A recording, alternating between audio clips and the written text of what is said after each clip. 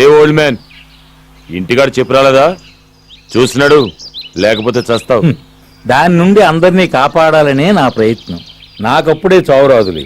చూడ్డానికి బాగా చదువుకున్నోళ్ళ కనిపిస్తున్నావు. అవును, లోకాన్ని బాగానే చదివాను. సరే సర్లే, ఇంతకెవరు నువ్వు? నువ్వే అన్నావుగా ఓల్డ్ మ్యాన్ అని. నేను అడిగింది నీ పేరు. నా పేరు పరాంకుశం, ప్రొఫెసర్ పరాంకుశం. అదిగో కనిపించేదే నా ల్యాబొరేటరీ. సరే, చూసుకుని వెళ్ళు. ఈ పేరు ఎక్కడ విన్నట్టుంది. ఏ ఓల్డ్ మ్యాన్, ఆగు. 1 minute. ఏమిటి, ఏమైనా గుర్తొచ్చిందా? అవును, మీరు ప్రొఫెసర్ కదూ? చెప్పానుగా. ఓహో, మీరేనన్నమాట అప్పర్ ఐన్స్టీన్. అంత పెద్దవాళ్ళతో నన్ను పోల్చకండి. ఇంతకీ మీరెవరు? చెప్తా. నేను మీతో కాస్త పర్సనల్ గా మాట్లాడాలి. చెప్పండి. ఇక్కడ ఎవరు లేరే? ఇక్కడ కాదు, ఇంకెక్కడైనా. సరే, మా ల్యాబ్ లో మాట్లాడుకుందాం.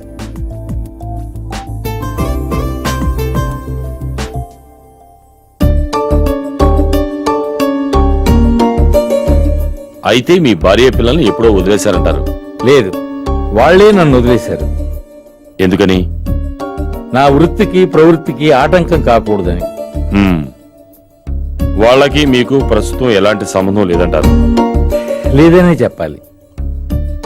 ఎప్పుడో నా భార్య చనిపోయినప్పుడు ఒకసారి కలిశాను, మళ్ళీ ఇంతవరకు లేదు. అయితే ఇప్పుడు మీ అబ్బాయి ఎక్కడ ఉన్నాడో ఎలా ఉన్నాడో తెలియదంటారు. తెలుసు. వాడు చాలా తెలివైనవాడు, స్వశక్తిని నమ్ముకున్నవాడు. ఆత్మవిశ్వాసం, ఆత్మాభిమానం రెండూ ఎక్కువే వాడికి. వాడిప్పుడు హై పొజిషన్లో ఉన్నాడని తెలిసింది. పర్వాలేదే. అయితే మీ మధ్య బంధాలు అనుబంధాలు ఇంకా ఉన్నాయన్నమాట. అవును.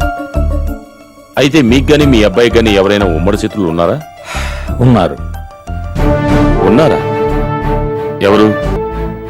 వాడు నాకు నా ఇంటి పని మనిషికి ఆర్టిఫిషియల్ ఇన్సెమినేషన్ ద్వారా పుట్టినవాడు.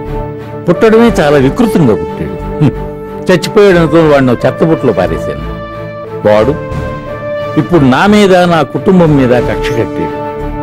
నన్ను చంపడానికి కూడా ప్రయత్నించాడు.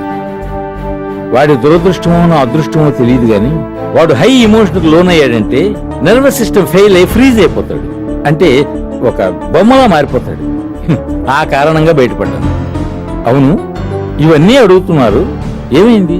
వాడు మా వాడికి ఏమైనా హాని చేశాడా? లేదు లేదు, కానీ మీ కోడలను చంపడానికి ప్రయత్నించాడు. ఆ సమయంలో మీ కొడుకున్నా చంపేవాడే. ఇంతకీ అతను ఎలా ఉంటాడో చెప్తారా? షూర్.